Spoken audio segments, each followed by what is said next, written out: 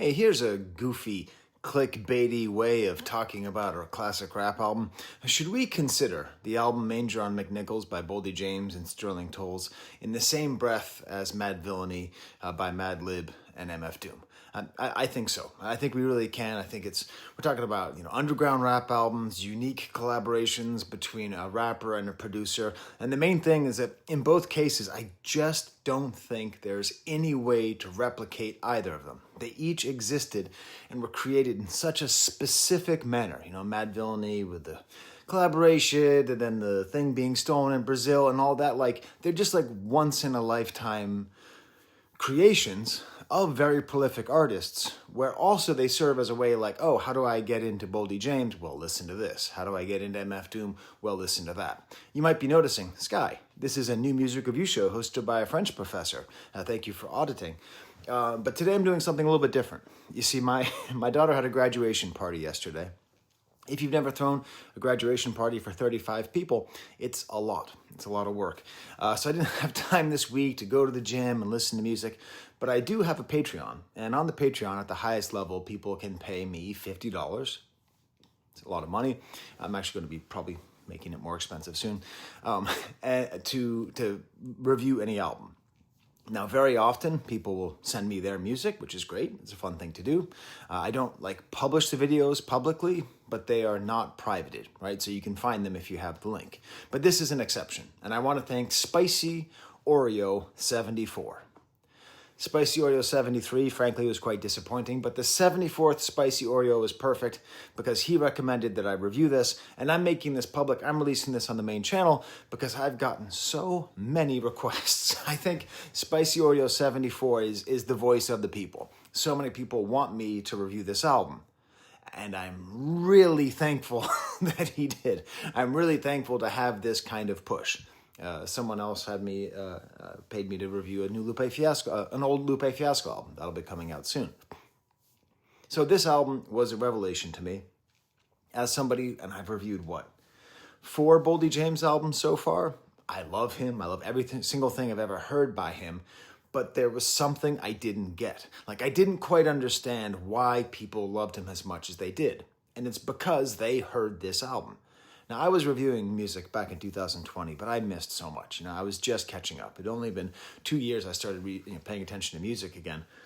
And there's something that I missed with Boldy James, something that I always feel when I listen to him, and something that's lacking. So there's one lyric on Manger and McNichols that I really love. And I'll try and do it in the Boldy James voice. When a man's an empty kettle, he should be on his mettle, and yet I'm torn apart just because I'm presuming that I could be human if I only had a heart.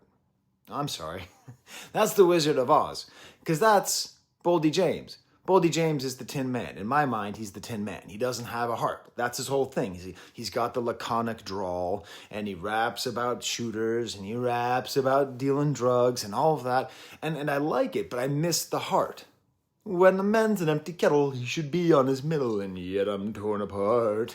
All right? That's the song, and this is it. This is the heart. This is why people connect to Boldy James, because if you know he has this in his arsenal, talking about his upbringing, talking about his family, talking about his relationship to his city, talking about going to jail, talking about getting out of jail, all of the heart, all of the humanness that you desperately want when you listen to an amazing album like Super Tecmo, oh my God, it's all in there. So that's why you, the Boldy James superfan, are such a big fan.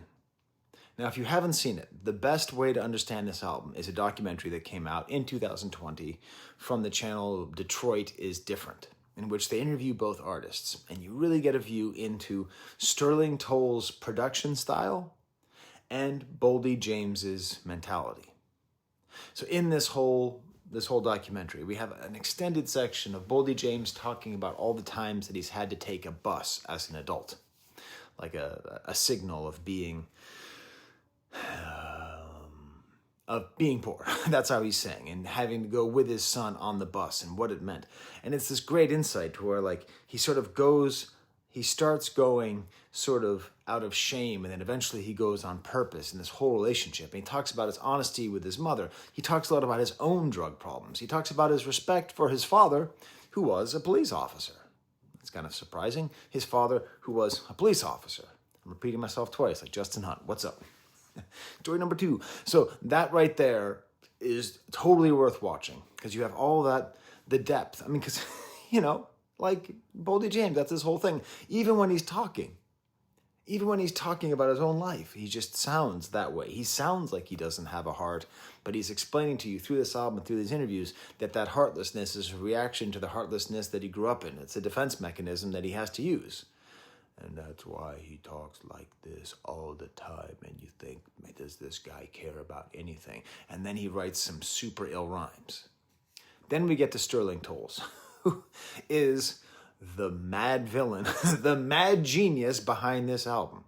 I mean, really, who is Sterling Toles? Like, where did he come from? Where did he go? Where did you come from, Sterling Toles? Like, what is going on with this guy? According to the lore, this album took 3 years to make. I'm sorry, I forgot a 1. It took 13 years to make, from 2007 to 2020. Sterling Toles has been having these vocals and making an album. I picture him as being like this is how I imagine, okay? This is just me having fun. I imagine that like Sterling Toles maybe lives in like not the best part of Detroit, not the worst part of Detroit, maybe kind of an artisty kind of area. Maybe an area that's in some form of gentrification. I don't know what. And I can imagine being like on the block and like seeing him at the local coffee shop every once in a while and talking with him and asking him, hey, what's going on? He's like, I'm a producer. I've been working on this album for 10 years and I've got all... Like I could just easily see him being an interesting yet eccentric figure in the local neighborhood who's been working on this album for this whole time. And you just think he's just some crazy person who probably doesn't even have a studio back at his house. But meanwhile, he's been working on this album for 13 years. And when he releases it, it's a dig dug masterpiece, right? Now, if you haven't seen Volksgeist's summary of Boldy James, it's quite good. He actually made the comparison to Madvilliany as well. I made that independently, but it's fun to have what's that? I'm not going to say great minds. Pretty damn good minds thinking alike, right? And what's amazing is that when you listen to early, and what he does really well in that video is show the artistic progression of Boldy James across the years. And he plays some samples from what Boldy James was doing in 2010, in 11, and 12. And it's good. It's good. He's a good rapper, good voice, but the beats were kind of trappy beats. They were a little bit anonymous.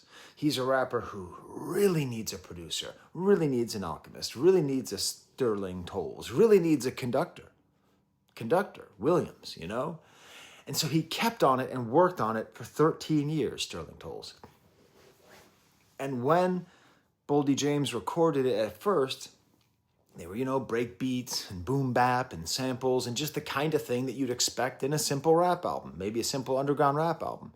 But over the time, this mad genius just sits there in his Detroit, loft, who knows what, just sitting there and slowly, like the ship of Theseus, replacing all the traditional hip-hop instrumentation with real-life musicians, all from Detroit. This album is so Detroit.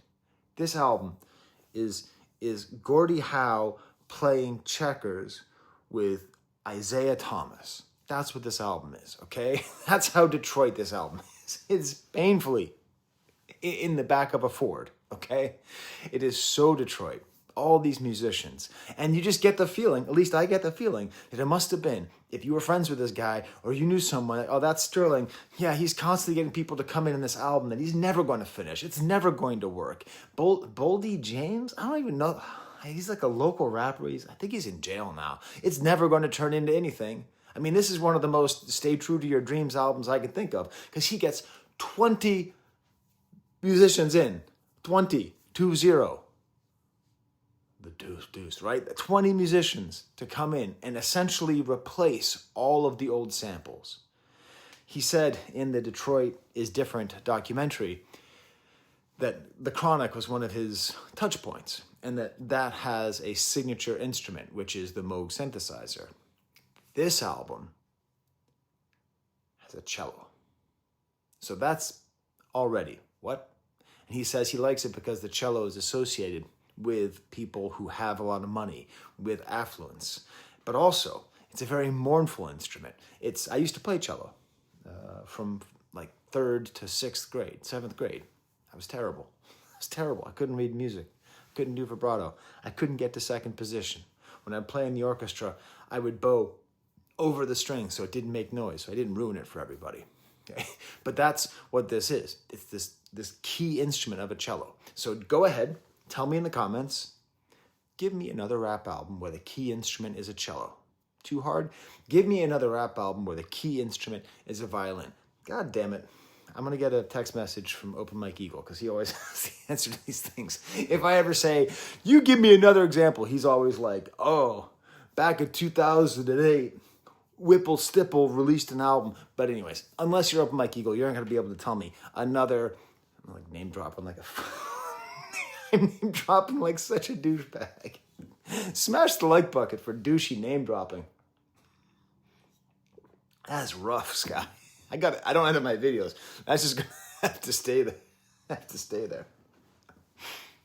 Well, I'm working on very little sleep here. And what he talks about, Sterling Toles talks about, is that he chose musicians for their sincerity. So the guitar player who's on here, he doesn't sound like that good of a guitar player because he just started playing guitar. So he's that good of a producer that he knows that you're not just gonna, because this is the thing. Oftentimes, when rap producers get studio musicians, they get musicians who are very proficient but aren't necessarily expressive or not properly expressive. Now, that's a gross overstatement. I'm not saying never, okay?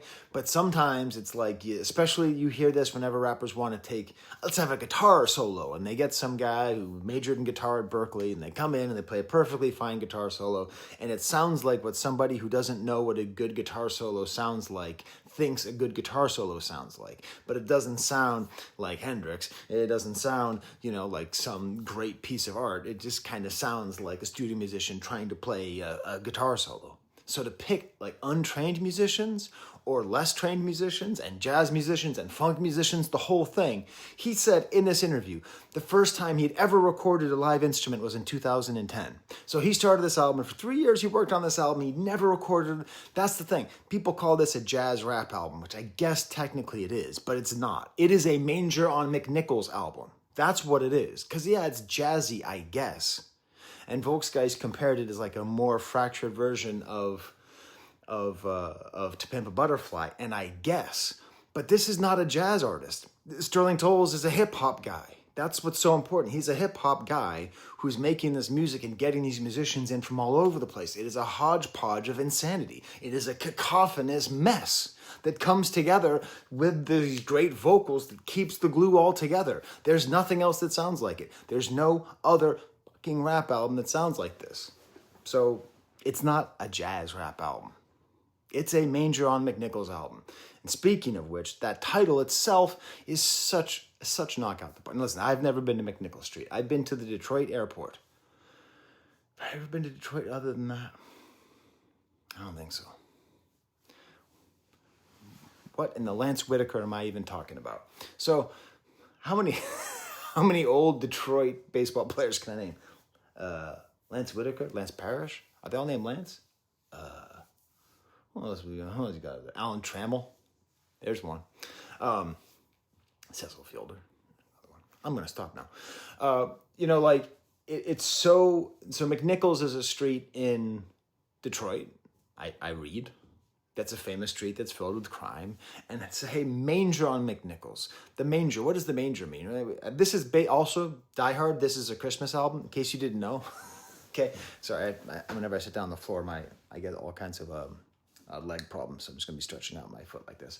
You know how Die Hard is a Christmas album? This is a Christmas album. Manger on McNichols is totally, not only is there the Night Before Christmas song, but the theme of a manger, that's what makes Jesus so fascinating as a character. Now, I know we traditionally think of Jesus in the weird kind of European mindset of Jesus as a king and a conqueror and all that stuff and resplendent, but don't forget, dude was born with donkeys. There was no space at the inn. He was born next to donkeys. Donkey shit. Your God was born in donkey shit. Do you understand that that is not an insult? That is a compliment. That makes him in my opinion, that makes me a wonderful God. As someone who is a Christian, the idea that my God was born in donkey shit raises him, does not debase him, because that's the reality of life. There was no space, and he came from a humble place, and then he spread his message of love and empathy and compassion, right? Which is what this album is looking for. This album is looking for empathy, love, and compassion. That's what it's looking for. So the idea of there being a manger, you can imagine Jesus being born. If Jesus were born now, would he not be born in Detroit? Would he not be? Is that not the new Bethlehem? I don't know. I mean, Bethlehem's probably still Bethlehem. If we're going to be, hey, Sky, don't go there. Let's not talk Middle East politics. Bad day for that. So it's an absolutely beautiful image. Should I make merch? My God was born in donkey shit. It's true. It's awesome. Anyways, please, if you're a Christian, don't get mad at me. My dad was an Episcopal minister. You know, what are you going to do? You're all sitting there. Episcopal. Okay, I get it now. All right, so let's go through the album, track by track. Thank you, Spicy Oreo 74. Goddamn, this has been a great week.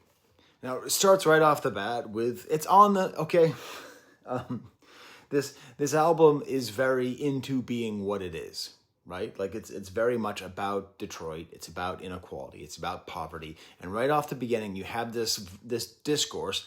Now, here's all these peoples who moved here 30, 40, 50 years ago to the promised land. That's what Detroit was, because there are so many jobs there. And whatever they moved here is no longer there.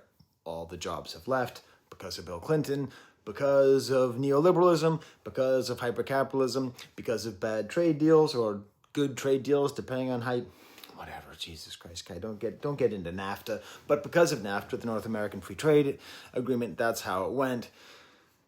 I see now, because I look on the street every day and there's all these young men standing on the corner. It used to be you could drop out. You could drop out of high school. You could always get your own slave out there at Ford, you know, in the factory. And then you didn't have to stand in the corner because you're an 8th grade kid. As long as you could pick something up, he had a job. And that was white or black. Nowadays, there's no place to do but to stand on the corner.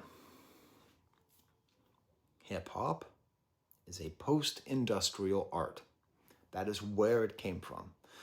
The post-industrial conditions of the Bronx in the 70s, partly thanks to Robert Moses's urban renewal, partly thanks to the Republican government's distaste for the poor people and social programs, whatever it is, the de-industrial land is what makes hip-hop. That is what creates hip-hop. That's true in France, that's true in England, that's true in New York, that's true in Los Angeles, that's true in Buffalo.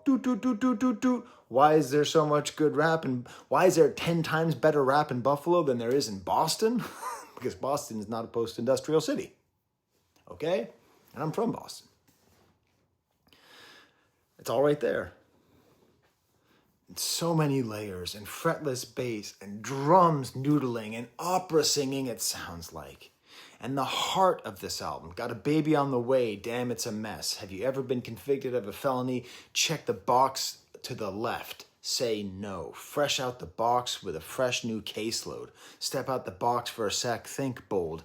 They ain't trying to hire you with these jailhouse tattoos. It is one of the great tragedies of the world that felons have a harder time getting a straight job, right? That's just the way it is. If you're a felon, you're less likely to be hired by a place. And who needs money more than a felon? Especially if you're trying to actually go straight. And right here, it's in there, this heart. Got a baby on the way, and he's trying to figure out how to get a job. This album talks consistently about not wanting to be a drug dealer.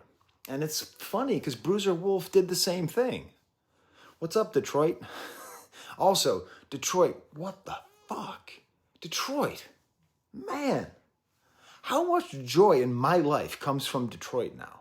Hey, look, I'm wearing like a Detroit Lions blue, unintentional. I mean, not only do you have that Bruiser Wolf album, which is killer, not only do you have Danny Brown, who just keeps growing and making great art, and you also now got this Boldy James thing where I finally understand him because he only has a heart. And then on top of that, I think you should leave, the Detroiters, Sam Richardson, Tim Robinson. It's like most of my entertainment these days is coming from Detroit. All right. Speaking of which, welcome to 76, which I assume is just someplace in Detroit. This weird doubled voice. Fuck that Upper Peninsula. I'll tell you, it's weird. My grandfather was a professor of mining in a mining school on the Upper Peninsula of Michigan.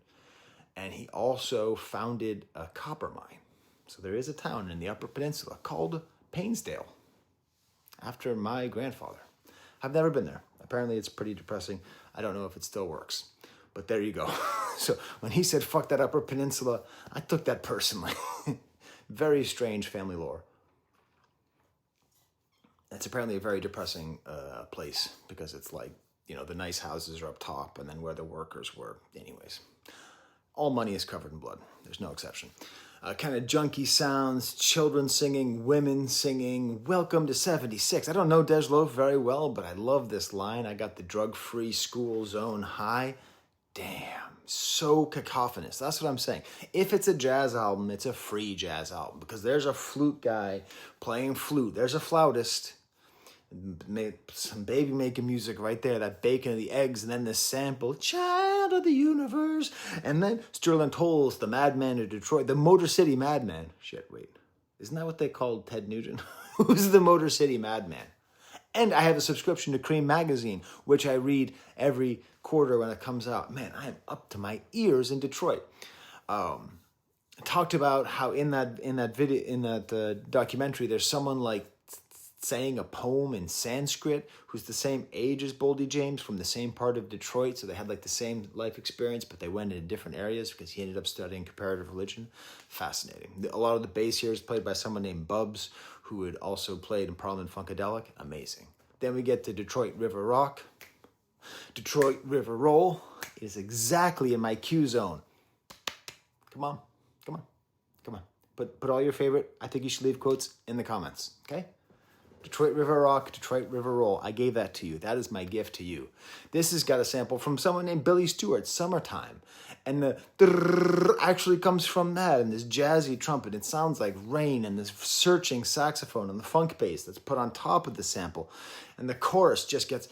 The whole opening is just like the first verse is just like the saxophone is like just trying to find something. Like, dude, are you going to find a melody? Or lady? And the guitar is like, and the bass is all funky. And then the chorus comes, clip, fall, drop, reload, lock and load, click, draw, cock and hold, rock and roll, discharge, fire in a hole, like, and then the drums come in.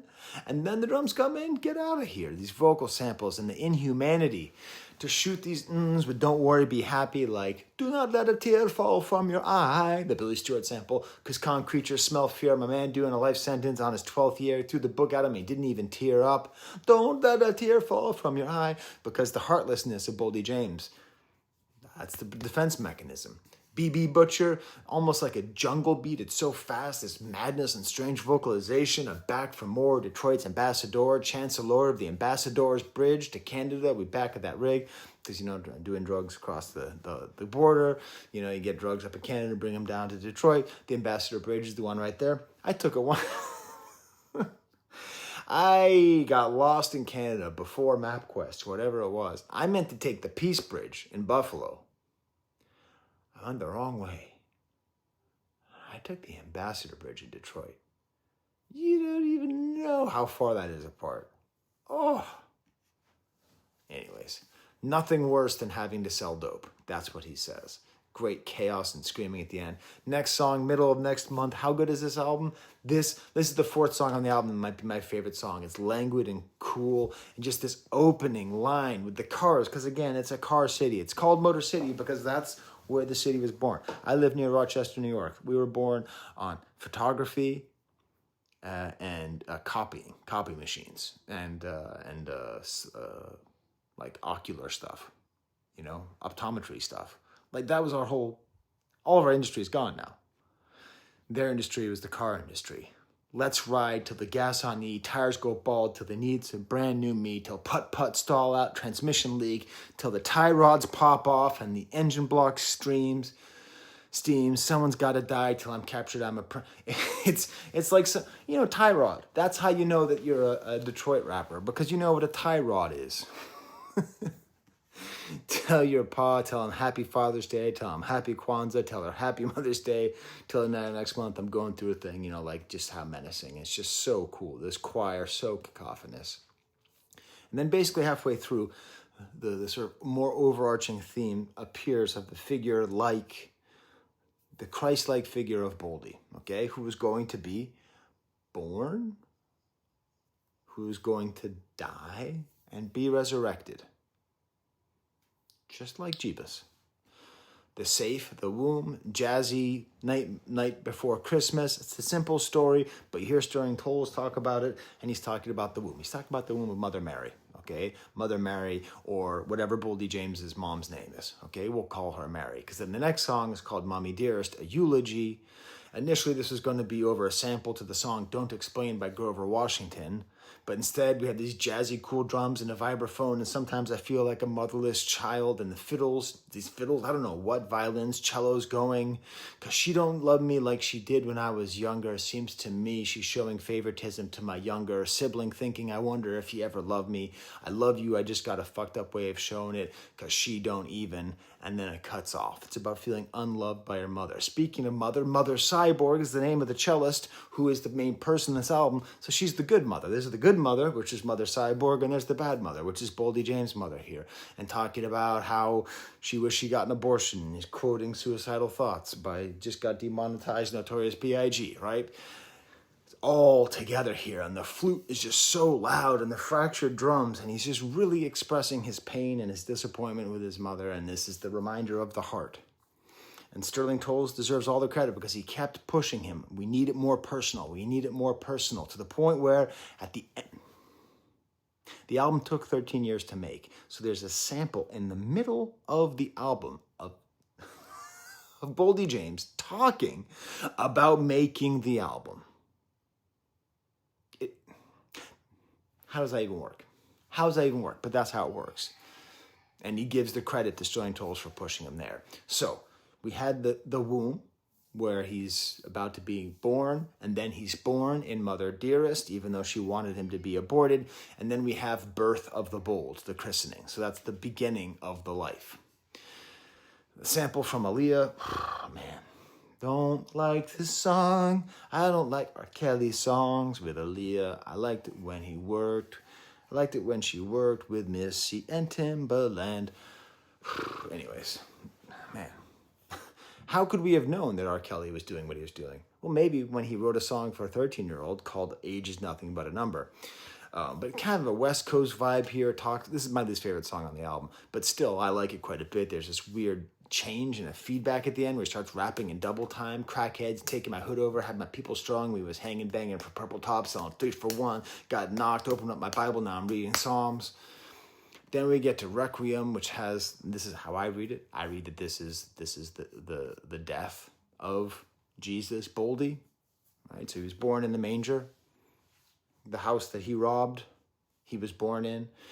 Has this like funerary drum march and these low cello sounds and these whiny high synths. This other cello, my youngin' lost his mother and father, was less fortunate, put up for adoption to foster parents at the orphanage. The social worker, give a fuck, she got her own problems. The social worker, she can give a fuck, she got her own problems. The social worker, give a fuck, she got her own problems. So social workers are people who are paid, they're not paid well enough. They should be millionaires. They're just like tens of thousandaires. But social workers paid by the state, we need to tax the billionaires and give all the money to social workers, and we need to have more social workers. But this is not a political video. He understands, like, the social worker's not doing her job because she's got her own problems. It's like the failure of the system all the way through. Brody wanted for an open murder. That's his role model growing up. Always seen was a Seagram's Crown Royal bottle. Amazing. True story. My parents used to put Crown Royal into ginger ale bottles, and so they could drink and drive at the same time. And I didn't know that all the time, so sometimes I'd be like, "Oh, sweet, there's ginger ale," and I'd open it up and I'd drink it, and I would say, "This is gross." Why are you in her/here is 1 minute of madness. I don't know. I see this as being Jesus being on the other side of life, being in the afterlife. He's not supposed to be there because he has to go back down to earth. And it's 1 minute of madness. There's like a gospel sample and a drum fill, and the samples like resets, and then there's like a full drum solo, and then it gets mixed in with this organs. This is absolute madness. This is some of the maddest production you will ever hear in any rap song ever. And I don't even think it's trying to be mad. That's the thing. I don't think it's trying to be kooky or weird. I just think it is. Seriously, I have the idea of Sterling Toles as being like one of these guys where you go and visit him and like he's like, hey man, you want some black beans? You know what I mean? Like he just has like some black bean soup for you, and like the whole house smells a lot like black beans. Like not bad. The dude's not dirty or weird, but he likes eating a lot of black bean soup. Like that's the main thing that he likes to eat. So he offers you some black bean soup. You kind of sit down, offers you a glass of water in like maybe an old jam jar, and he's sitting there and he's like, I'm making this album. I don't know the man at all. Maybe he's like a professor like me, and he works at the Detroit Conservatory. I don't know anything. I just know this album makes me feel that way.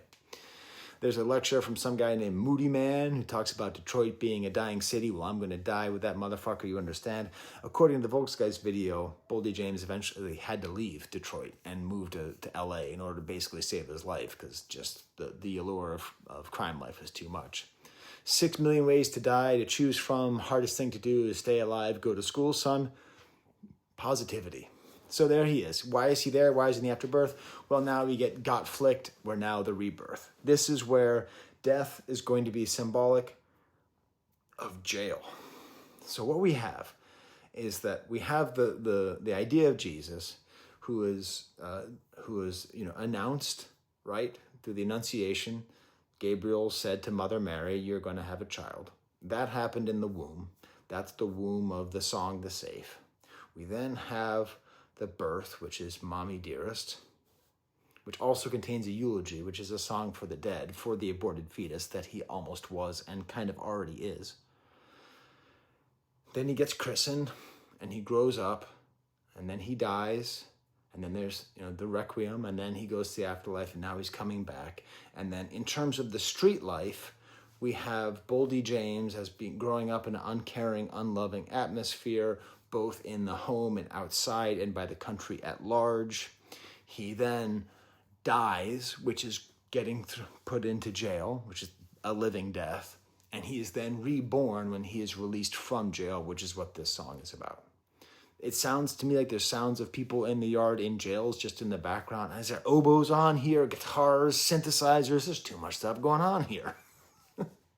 This album reeks of black bean soup. Fell in love with my anger. This is the Louis P. Newton's opening verse. Fell in love with my anger, back in my mind thinking, damn, I should have worked at Chrysler, then went and bought Coke with the buyout. Now my whole life is in a duffel bag riding out. I probably could have been president if I didn't grow up a Detroit resident. Great.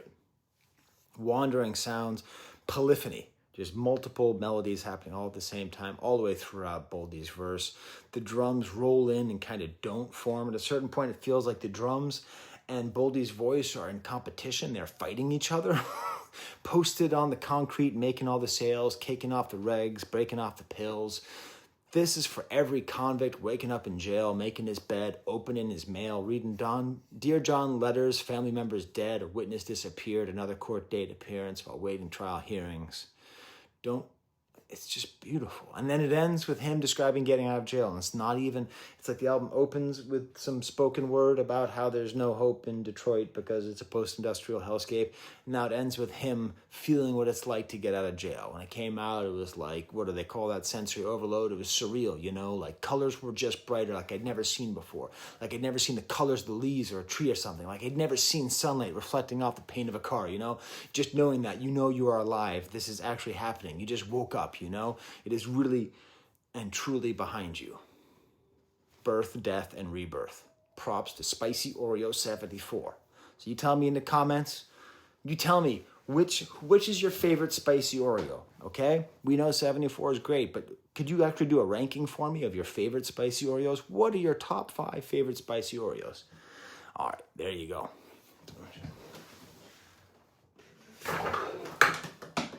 Not for nothing, but this is not, but this is the best vinyl ever made. Alchemist and Boldy James. Anyways, just if you've never seen that before. I did an unboxing of that a couple years ago, but maybe you missed it. All right, well then, I hear my baby's crying, and I'm just gonna stop. So hey, does this belong in the same conversation as Madvilliany? There's the camera.